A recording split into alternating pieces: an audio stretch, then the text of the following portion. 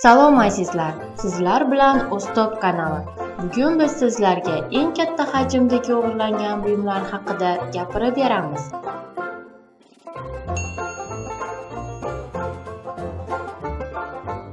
G'ayritabiiy o'g'rilik.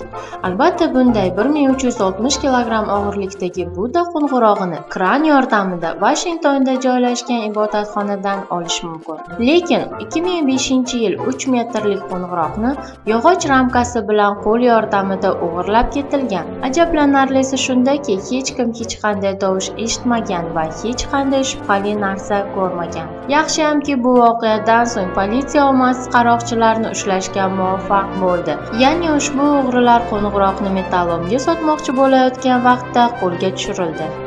Hatto dinozavr qoldiqlari ham o'g'irlikka qarshi sug'urta qilinmagan. Kunlardan bir kuni Gobi cho'lida olimlar dinozavrni to'liq suyagini topib olishadi. Lekin tez orada o'g'rilar uni o'g'irlab boshqa mamlakatga kema yordamida olib qochib ketishadi. Biroz vaqt o'tib dinozavr suyaklari AQShdagi auksionda kim oshdi savdolarida paydo bo'ladi. Hatto mashhur Gollivud aktyori Milliy xazina filmidan ilhomlangan Nicolas Cage Beverly Hills muzeyi uchun dinozavrning kallasini sotib oladi. Biroq sotib olgan dinozavrni bosh skeleti o'g'irlangan ekanligini bilganidan so'ng u egalariga dinozavrni bosh suyagini qaytarib beradi. Amerika hukumati suyaklarni to'plab Mo'g'uliston hukumatiga qaytarib berish uchun ko'p harakat qilishga to'g'ri keldi va nihoyat suyaklarni qaytarib berishga muvaffaq bo'lishdi. 1990-yilda politsiya formasini kiyib olgan ikki erkak misli ko'rilmagan va hozirgacha oshkor etilmagan o'g'irlikni sodir qilishdi. Ular san'at asarini o'g'irlashdi. Ya'ni ular Bostondagi Izabel muzeyidan qimmatbaho bo'lgan suratlarni ramkasidan qirqib olib, sumkalariga solib va hech kimga bildirmay g'oyib bo'lishgan. Ular o'g'irlagan suratlar Robertni bir necha san'at asari, Vermeerni san'at asari va 5 ta Deganni surati. Hozirgacha o'g'rilar aniqlanmagan. 2005-yil dunyoda eng yirik olmos o'g'irligi sodir bo'ldi. Daniya aviakompaniyasi formasini kiyib olgan ikki erkak aviakompaniya mashinasida terminalga borishga muvaffaq bo'lishadi va o'sha yerda ular 180 millionlik ishlov berilmagan brilliant yuklangan yuk mashinasini to'xtatishadi va shu tarzda qurol yordamida inkassatordan yuk mashinaning kalitini olib qo'yib, yuk mashinasiga o'tirib asir o'g'riligini amalga oshirishadi.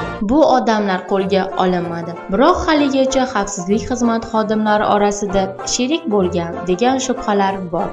2012-yil britaniyalik bir ayol butun kemani o'g'irlashga qaror qiladi. Aniqroq qilib aytganda 45 metrlik kemani. U qandaydir yo'l bilan kemaga chiqadi va ochiq dengizga qarab yo'l oladi. 1 soat davomida politsiya quvadi. U ayol quvish davomida ko'plab qayiq va katerlar bilan to'qnashadi. Shunda ham baland ovoz bilan qichqirib, "Men Jek Varabeyman" deydi. Hech kimni kallasiga Boeing 757 o'g'irlash kelmasa kerak. Ayniqsa aeroportni har yerda xavfsizlik kameralari joylashgan bo'lsa. Lekin 2007-yil noma'lum o'g'rilar hech narsadan qo'rqmasdan samolyotni aeroportdan o'g'irlashga muvaffaq bo'lishadi. Katta samolyot o'sha kuni dispetcherdan uchish uchun hech qanday ruxsat so'ramay uchib ketadi. Shunday qilib Boeing 757 ni hech kim ko'rmagan. Hukumatning aytishiga qaraganda samolyotni injener bilan uchuvchi boshqa hech kim boshqarishni bilmagan. Ya'ni hukumat bunday holatni hech qanday aniq izohlab bera olmayapti. 2005-yilda noaniq shaxs Vashington shahrida joylashgan uyni o'g'irlab ketadi. O'ylab ko'ring-ya, uyning egasi shahar chekkasidagi uyga kelib, uyi yo'qolib qolganini ko'rib, qay holatga tushgan ekan? O'g'ri 3 ga 6 metr bo'lgan uyini fundamentidan sug'urib, noaniq joyga olib ketishga muvaffaq bo'ldi. Uydan qolgan narsa bu sement blok edi. Keyin uyning egasini omadi kelib, uyini 16 kilometr naridan topib oladi. Aftidan o'g'ri o'g'irlangan uyda yashashni rejalashtirgan shekilli.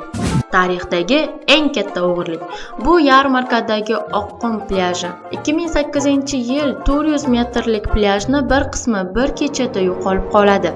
Hisoblanganda bunday miqdordagi qumni o'g'irlash uchun 500 ta yuk mashinasi kerak bo'lar ekan. Politsiya 3 oy tergov o'tkazdi. Ekspertlar esa o'g'irlangan qum bilan yaqin atrofdagi joylashgan plyajlardan namuna olib solishtira boshlashdi. Lekin har qanday urinishlarga qaramay, o'g'rilar topilmadi. Mana azizlar, olamshumul o'g'irlikni guvohi bo'ldingiz. Video yoqqan bo'lsa like bosing va kanalimizga obuna bo'ling. Fikrlaringizni izohlarda yozib qoldiring. Keyingi juda qiziq videolarimizda ko'rishguncha, chao.